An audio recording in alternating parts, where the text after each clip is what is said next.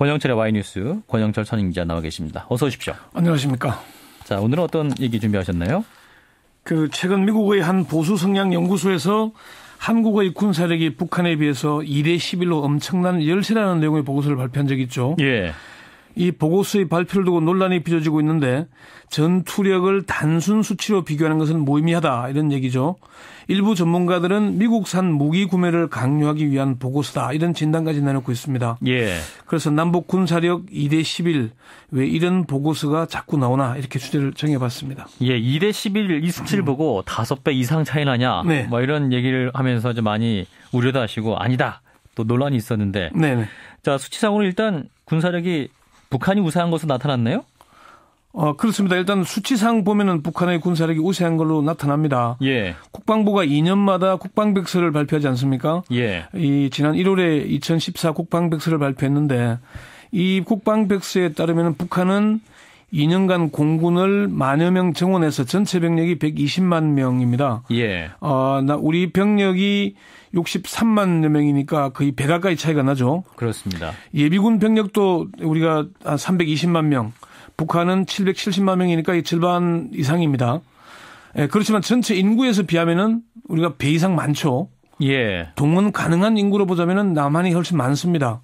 탱크도 북한이 배 이상 많이 보유하고 있고 항공기도 북한이 배 이상 많습니다.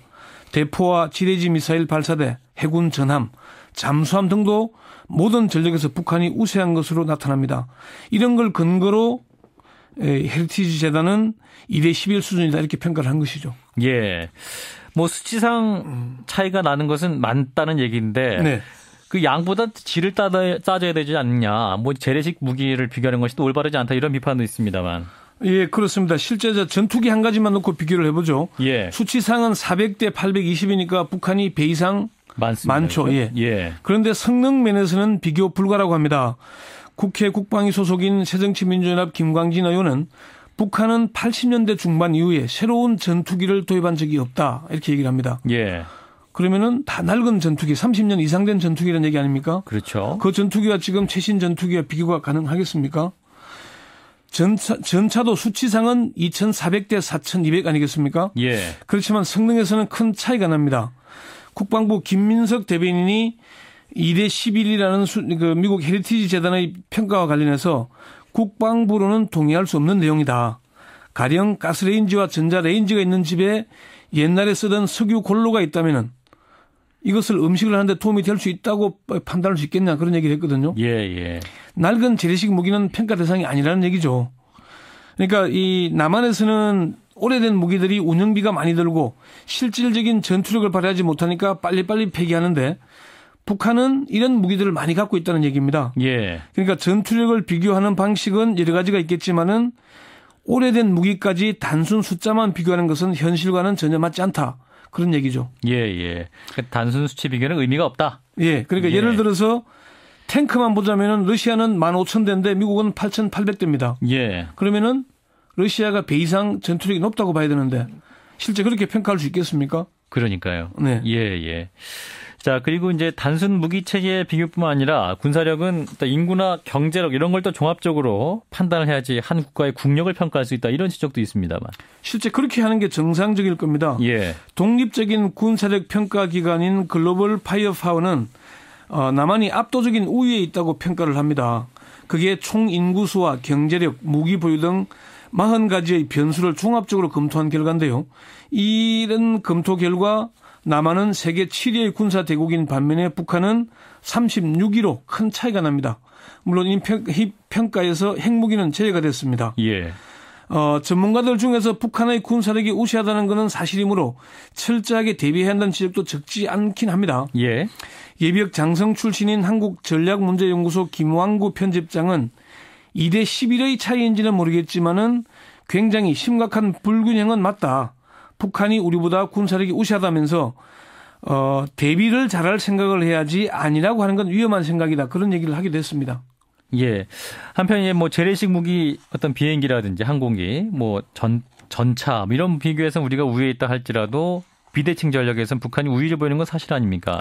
그러니까 전력 평가에서 재래식 무기에서 보자면은 양적은 북한이 우위지만은 질적으로 우리가 우위다 이런 평가죠, 그죠? 그렇습니다. 그런데 비대칭 전력, 이른바 대량 살상 무기에서 북한이 앞서는 건 또 사실 아니겠습니까? 예. 북한은 최소 10발 이상의 핵무기를 갖고 있는 것으로 평가가 되고 있죠. 미사일 전력도 북한이 월등하게 우세합니다. 국방백서는 북한 미사일 능력과 관련해서 5차례의 장거리 탄도탄 발사를 통해서 미국 본토를 위협할 수 있는 능력을 보유한 것으로 추정된다. 그런 평가를 했죠. 예. 그러니까 북한은 1천여 발의 탄도미사일을 북한 전역에 작전 배치하고 있으니까요. 또 그렇지만 문제는 북한이 이렇게 비대칭 전력에서 앞서는 건 이미 재래식 무기로는 경쟁이 안 된다고 판단했기 때문이라는 그런 분석도 있습니다. 예. NSC에 근무한 적이 있는 한 예비역 장성은 재래식 무기의 군사력은 90년대 초반에 이미 뒤집어졌다고 봐야 한다. 예. 재래식 무기는 우리가 압도적으로 우위에 있다. 해가 갈수록 격차가 커지고 있다. 이렇게 평가를 했습니다. 이 예비역 장성은 북한 입장에서는 군비 경쟁에서 도저히 이길 수 없다는 판단을 한 뒤에 핵무기와 미사일 개발에 주력했다면서 재래식 무기의 수치상 비교는 아무런 의미가 없다. 이렇게 얘기를 했습니다. 예, 그러면 이제 처음으로 돌아가서 네. 그럼 왜 이렇게 또 미국 보수재단, 헤리티지 재단에서 이런 보고서가 자주 나오는 건가요? 헤리티지 재단이나 38로서나 하는 미국의 연구소들이 발표하는 자료들만 보면은 한반도에서 남북한 전력 차이는 심각하고 한반도는 심각한 위기에 빠져 있는 것으로 이렇게 볼 수 있습니다. 예. 그렇지만 이런 보고서들이 나오는 걸 자세히 따져보면은 시기상으로 타이밍상 필요에 의한 경우가 적지 않습니다. 김광진 의원은 헤리티지 재단의 보고서나 이와 관련된 기사들이 쏟아지는 건 사드 배치와 같은 군비 확산을 추진하고 싶은 쪽에서 이런 얘기를 흘려서 위기를 크게 하려는 것 같다면서 지금 시점에서의 역할은 객관적인 정보에 의거한 것이라기보다는 예. 미국 방산업체나 연관된 산업체들의 요구를 받아들인 정보가 아니겠나 그렇게 받아들이고 있다고 얘기를 했습니다. 예. 김종대 디펜스 21 편집장은 이런 보고서는 무기 좀 사달라 그런 논조라고 생각한다면서 중요한 일이 있을 때마다 전작권 연기나 MD나 사드 같은 이런 것들의 시류에 맞추려는 것 아니겠냐. 이런 것은 미사일 방어 체제, 군비 정강 이런 걸 노리는 보고서라고 봐야 한다고 얘기를 했습니다. 예. 한 예비역 장성도 미국 연구소들이 북한 전력과 관련된 보고서는 근거가 미약하거나 위험을 과도하게 부풀리는 경우가 적지 않다고 이렇게 얘기를 했습니다. 예. 결국 미국 자국의 이익을 위한 보고서였다. 이렇게 평가를 할 수도 있겠네요. 네, 그렇습니다. 예. 여기까지 짚어보겠습니다. 와이뉴스 권영철 선임 기자였습니다. 고맙습니다. 네.